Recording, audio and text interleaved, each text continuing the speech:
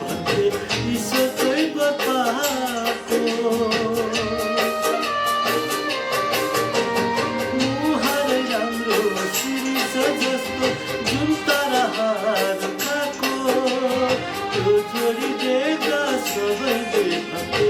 ईश्वरकै बताको माया रहेछ धारिलो सुरा रेती नै पर्यो नि रेती नै पर्यो नि बासै उठाउने कस्तो यो खेलको जीवनमा धेरै छलगर मायाले छलगर मायाले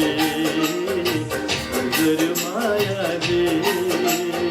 छलगर मायाले